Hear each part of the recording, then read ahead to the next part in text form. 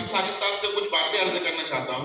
وہ یہ کہ ہم لوگ سب اس وقت دیکھ رہے ہیں ملک کے حالات کیا ہیں. روزانہ جو ہے تو ہائی کورٹ کے اندر اس بابت سنوائی ہو رہی ہے 2.5 گھنٹہ کہ مدارس کے نظام کو کیسے تہس نہس کیا جائے. اس کو کسی قانون کے تحت اس قانون کو جو تو مٹا دینا چاہتے ہیں اس آزادی کو.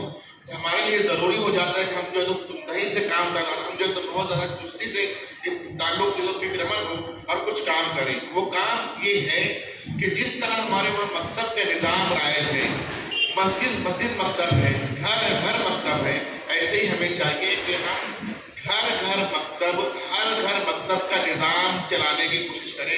اور اس کے لیے بہت آسان طریقہ یہ ہے کہ ہمارے پاس پڑھنے والے جو طلبہ ہیں, طالبات ہیں, ان کے لیے بطور ہوم ورک یہ دے دیا جائے کہ یہاں سے جانے کے بعد 24 گھنٹے کے اندر اپنے دن میں کسی بھی وقت طے کر کے اپنے چھوٹوں کو ہر ایک بچہ جا کر الف با تا سا ہی کیوں نہ سکھائے, ہم ضرور تعلیم دینے کی شروعات کر دیں.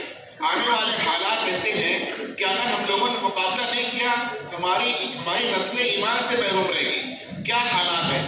ایسے حالات ہیں کہ وہ باطل جو ہے وہ سر پر چڑھتا چلا جا رہا ہے اور جو نہیں کرنا چاہیے وہ کر رہا ہے. ہم لوگ لب نہیں لا سکتے, یہاں تک کہ قلم نہیں لا سکتے. ہمارے واٹس ایپ, ہمارے جو ہے تو فیس بک, ہماری نجی مجالس جو ہے وہ ڈر کا شکار ہو گئی ہے. ہم لوگ جرأت کا مظاہرہ نہیں کر سکتے ہیں. میرے دوستو, ہمارا کچھ بھی جاتا ہو جائے, ہمارا جان جائے, ہمارا مال جائے اور ہمارا سب کچھ چھن جائے, لیکن ہمارا ایمان چھننا نہیں چاہیے. اس کے لیے ضروری ہے کہ ہم لوگ اپنے بچوں کو مکتب کے نظام سے جوڑیں اور ہم لوگ بذات خود تعلیم بالغہ کے نظام قائم کر کے وہ باقی مدارس جو مٹانا چاہتے ہیں ہم ہر مکتب اور مدارس کے نظام چلانے کی شروعات کریں. انشاءاللہ جب ہم کھڑے ہو جائیں گے اس دن سے باطل کو پلٹنے کے سوا کوئی چارہ نہیں رہے گا. لیکن شرط یہ ہے کہ ہم لوگ ہوش میں آ جائیں, ہم لوگ جو احساس کر لیں. اگر ہمارے احساس بڑھ گئے تو پھر کوئی ضرورت نہیں کسی کو مٹانے کی, ایک دن ہم خود مٹ جائیں گے. اللہ تعالیٰ ہمیں جو تو فہم سلیم عطا فرمائے اور ان علماء کی قدر کرنے کی توفیق عطا فرمائے. ان کی آپ دیکھیں محنتیں کتنی ہیں, یہ صبح سے شام تک بزی ہیں. ہم لوگ تعدے چلے جاتے ہیں کہ ہمارے بچوں کو پڑھا رہے ہیں, دین سکھا رہے ہیں.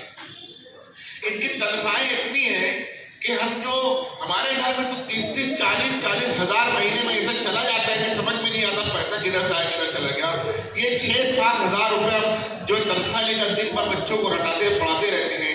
تو ضروری ہے, ان کا بدلہ ہم نہیں دیں گے, ان کا بدلہ تو انشاءاللہ خدا دیں گے حشر کے میدان میں.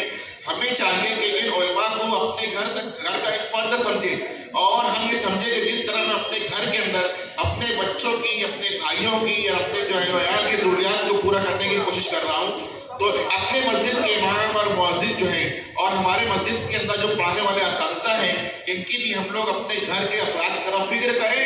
یہ ان کی ضرورت نہیں ہے بلکہ ہمارے لیے شرف کی بات ہے. اللہ تعالیٰ ہم سب کو ان باتوں پر عمل کی توفیق عطا فرمائے. وآخر دعوانا الحمدللہ رب العالمین. جزاکم اللہ خیر و احسن الجزاء. کچھ شخصیات